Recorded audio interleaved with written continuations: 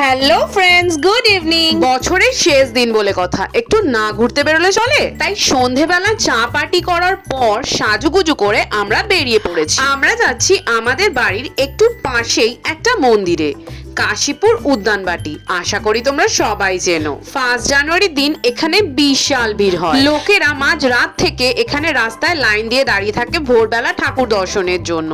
সে অদ্ভুত এক এক্সপিরিয়েন্স। আগে আমিও ভোর রাতে এসে লাইনে দাঁড়াতাম এখানে আমার দিদির সঙ্গে, কিন্তু এখন দিদিও নেই আর সেই দিনও নেই। তাই ভাবলাম আজ যখন সুযোগ পেয়েছি বছরের শেষ দিনই আগে ভাগে গিয়ে বাবার সঙ্গে দেখাটা করে আসি। নাও তোমরাও বাবার দর্শন করে নাও।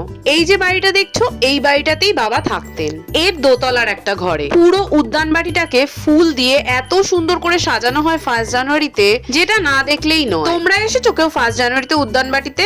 না আসলে এক বছর এসে ঘুরে যেও, তাহলেই বুঝতে পারবে এখানকার ক্রেজ। এই দেখো, এইটাই হলো সেই ঘর যেখানে বাবা থাকতেন। এইবার এই দেখো কত ফুল, চারধারে আরো ফুল ভর্তি থাকে। এরপর আমরা বেরিয়ে গিয়ে ফুচকা খেয়ে এখান থেকে চলে গেলাম এরই পাশের একটা কালী মন্দিরে। এই মন্দিরটার নাম হলো ডাকাত কালী মন্দির। ছোটবেলা বাবা বলতো এই কালী মন্দিরটা নাকি ডাকাতেরা প্রতিষ্ঠা করেছিল। অনেক পুরনো দিনের এই বাড়িটা। এই যে বড় চাতালটা দেখছো, এখানে নাকি সব ঘোড়ারা দাঁড়িয়ে থাকতো, আর চারধারের ঘরগুলোতে ডাকাতেরা থাকতো।